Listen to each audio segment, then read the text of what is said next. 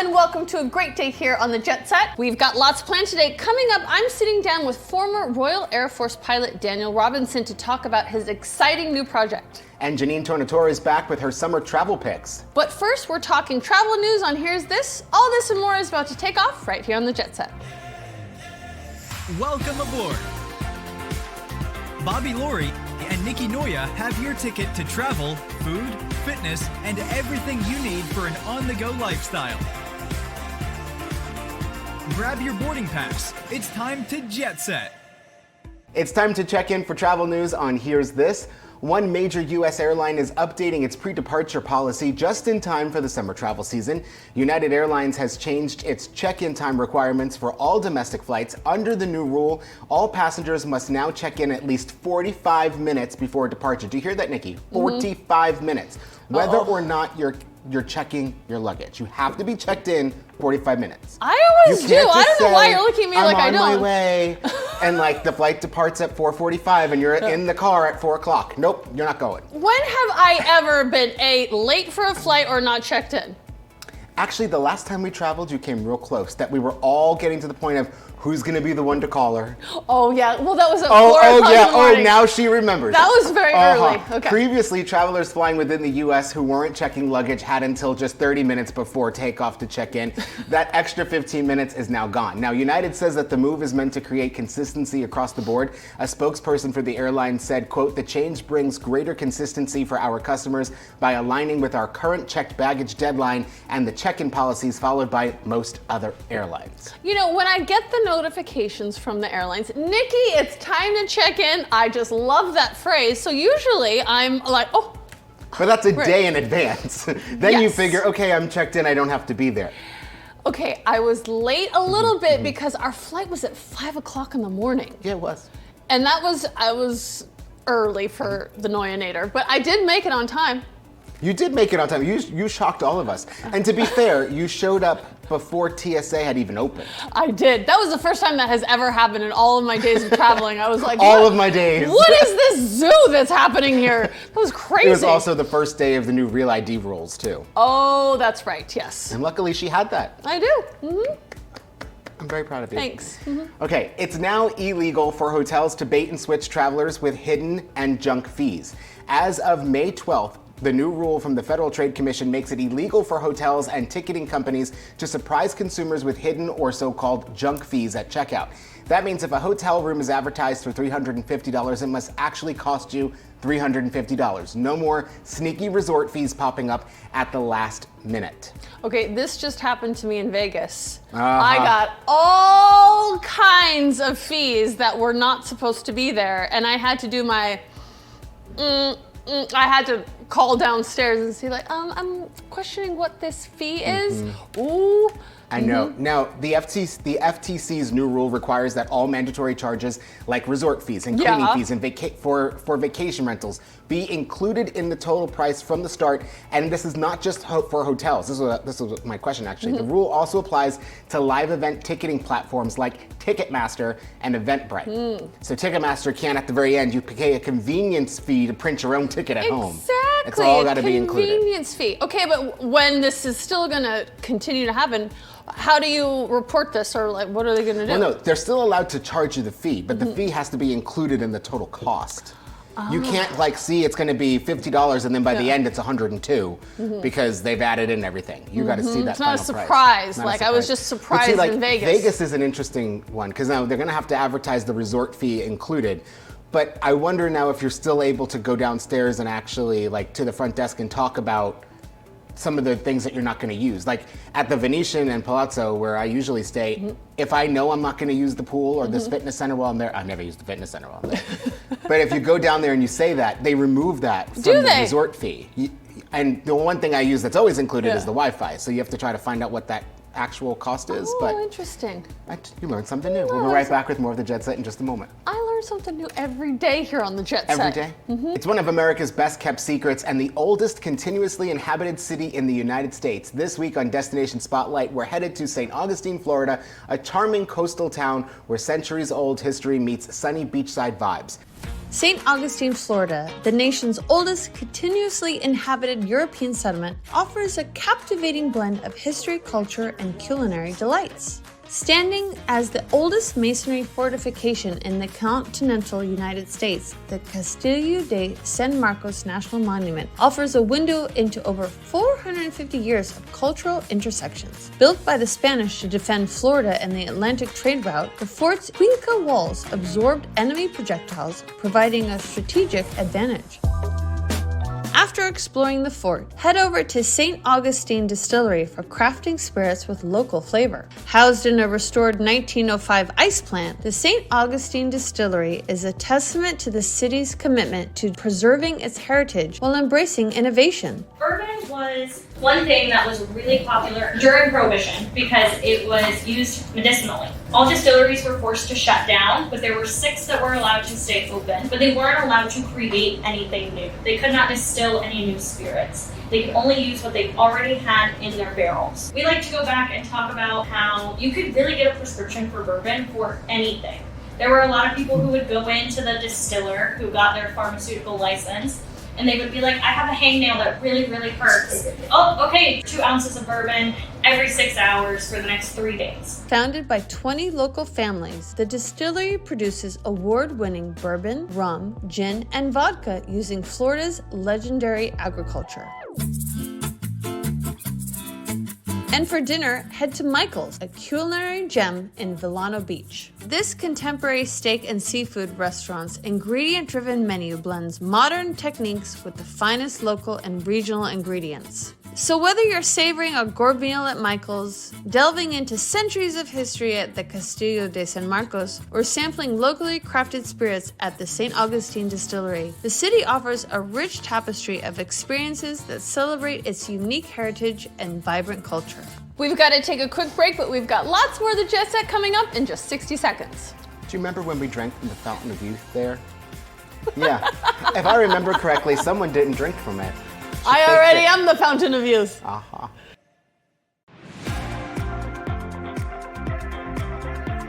Welcome back to the Jet Set. Up next, we take you inside the cutting edge of aviation innovation. Before we dive into the interview, take a look at this exclusive preview of the powerful new documentary, Dawn Ready, which follows the journey of a remarkable pilot and visionary who's changing the future of fighter pilot training. I wasn't getting anything out of it unless I had it be something that was dramatic. That just made it have to be bigger and bigger and bigger and bigger. There isn't a fighter pilot alive that hasn't lost a lot of friends. You are, by definition, as a fighter pilot, in control of something that's completely out of control. When the consequences are final. What's to be scared of? Failure could be fatal. You're split seconds away from being gone if you get it wrong. Fully living is right on the line of dying. There's gonna be a wave, it's gonna be big. You don't know when, but you better be ready.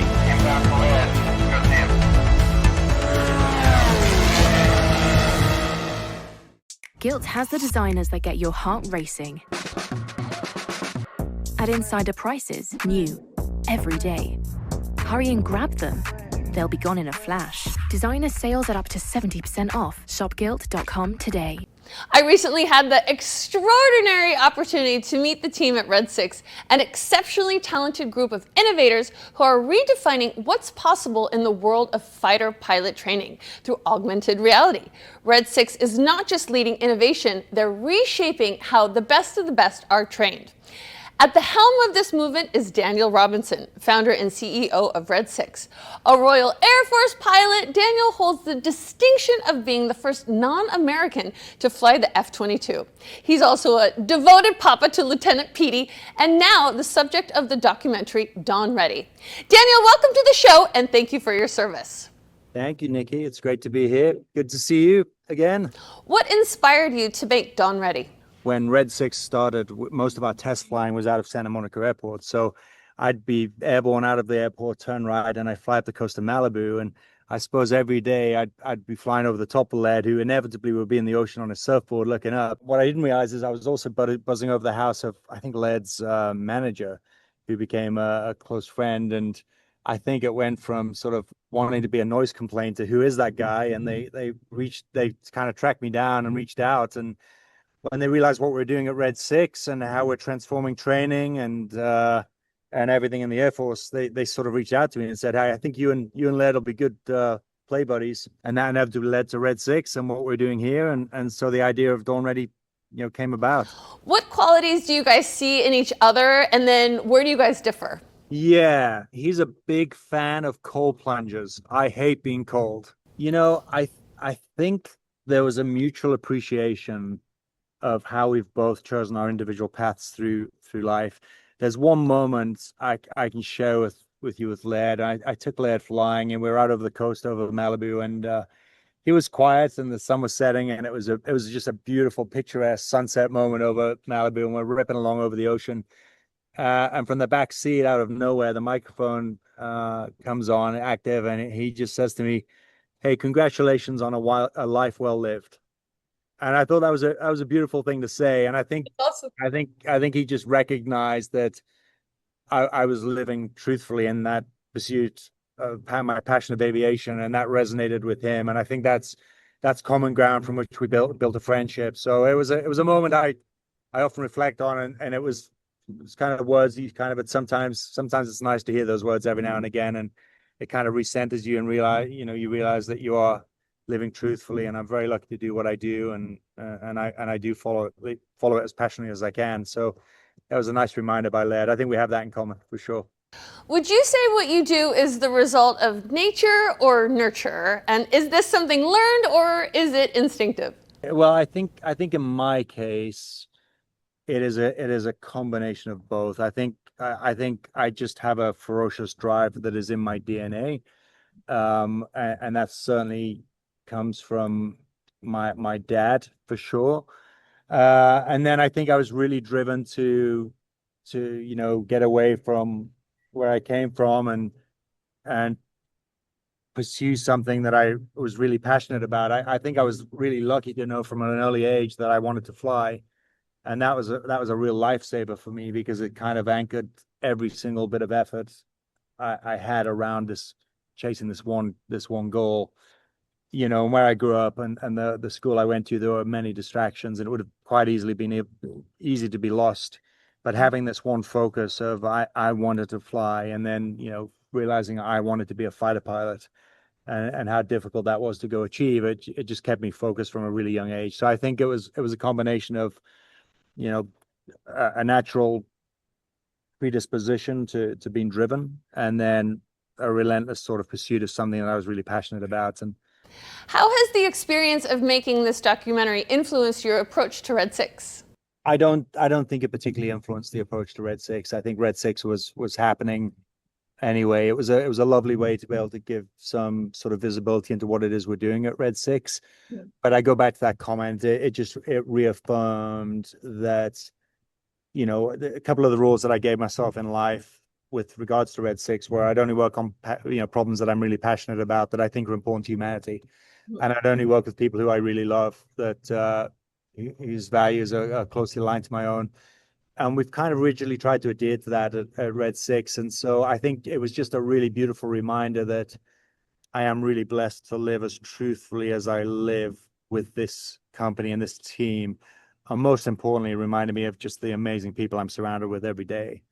We'll be sharing more about Red 6 in the near future, but until then, where can our viewers go to learn more? I mean, the first place to start is our website, red6ar.com. That's red6ar.com. That's a great place to learn more, and there's a bunch of stuff online. I'm sure you can find us on YouTube, et cetera, et cetera. I used to be on Instagram, but I've taken a good break from it right now, and it's actually strangely wonderful not being on there. So sadly, I'm not on social media anymore. Thank you, Daniel, and please say hi to Lieutenant Petey for me. You're welcome. See you soon. We've got to take another short break, but don't go anywhere. We've still got lots more of the Jet Set still to come.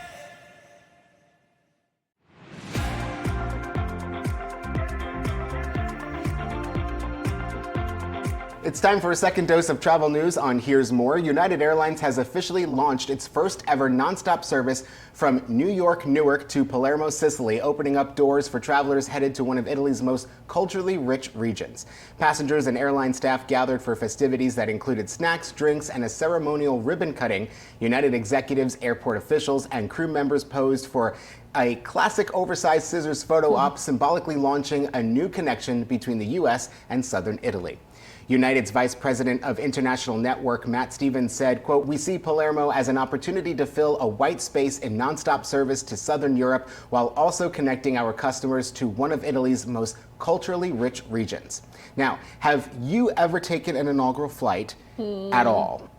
Did I take one to the region of Cabo? No, you didn't. I didn't. You did. I did. Yeah, you did. Yeah. I guess you probably watched the show called The Jet Set, where we featured that inaugural flight with the from fountains. Phoenix I was not on that. Yeah. to Loretto. No, they don't put me on any of the inaugural flights. No, I have not. No. Yeah, No. well, they're a lot of fun. You get a lot of like little gifts and souvenirs that are just unique to that one day, that one flight only. Like on the Palermo flight, we got United pajamas that are branded United, but also at the front had a picture of Palermo, and it was really nice.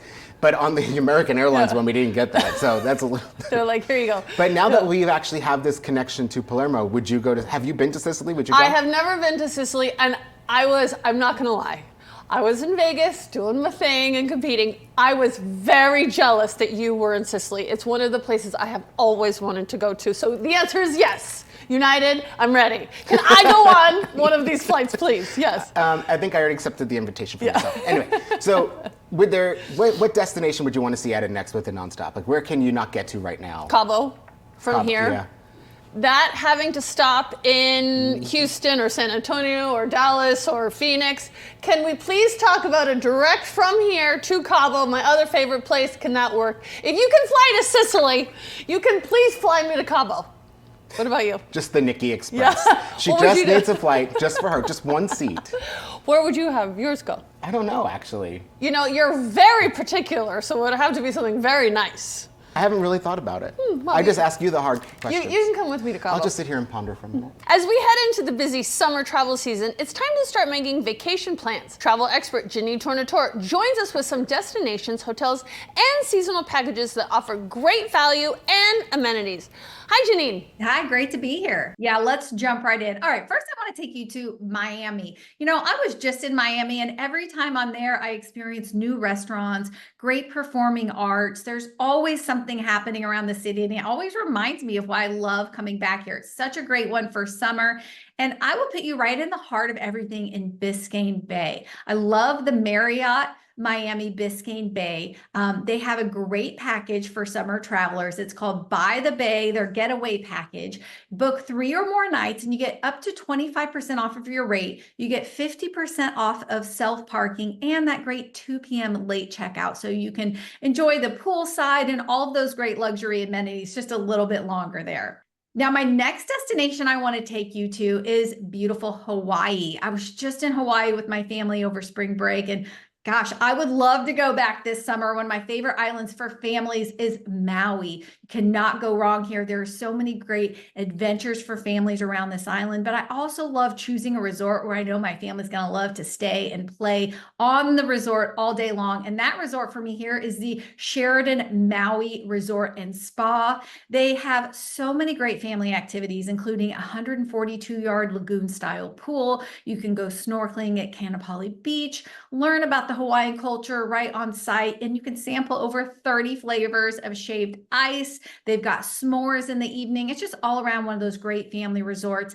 And right now you can book their Ohana family package for 4 and you get a free daily breakfast, shaved ice, and a lot more amenities as well. So that's a great family pick. And then finally, let's go to Nashville this summer. I mean, I love Nashville any time of year, but especially during the summer season, when there's great outdoor music at the festivals, there's al fresco dining. You just really can't go wrong. This is such a fun city in the summer. And one of my favorite properties is right downtown, but feels like this tropical resort paradise is the JW Marriott Nashville. They have this tropical poolside experience. They've got the largest pool deck, they have private cabanas, day beds, and a full service cabana bar and grill.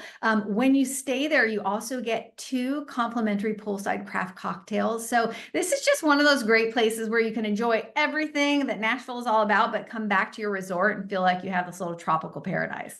Where can travelers go for more information? Well, all of these are Marriott properties that I mentioned today. And I have to tell you, all of the Marriott's North American properties, a lot of them have some fantastic packages for the summer season. So definitely check out Marriott.com and find out all about these packages and how you can save this summer. Thanks, Jeanine. My pleasure. We've got to take one last break, but I've got your dose of travel inspiration still to come. Not just today, but all the days. You won't want to miss it.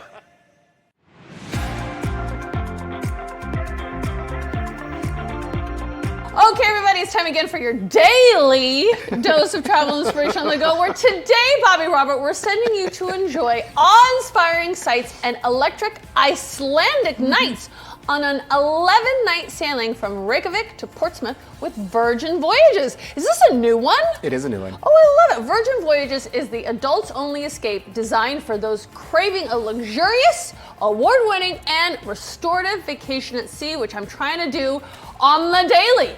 Your Icelandic adventure kicks off in Reykjavik, where you'll enjoy 2 full days exploring the city's vibrant culture and dramatic scenery. From there, you're gonna sail to 2 more stunning ports, soaking in Iceland's natural beauty, and I can attest to its natural beauty. Then you're gonna spend 2 indulgent days at sea en route to Lerwick, Scotland, followed by a day's sail to the lively canals and cultures of Amsterdam, where art, architecture, and unadulterated fun reigns supreme, and that's also a true story. This journey is available now with free sailor loot just for booking by visiting oceanandriversailings.com. Free sailor loot. Free money. It's Nikki Cash with a different name.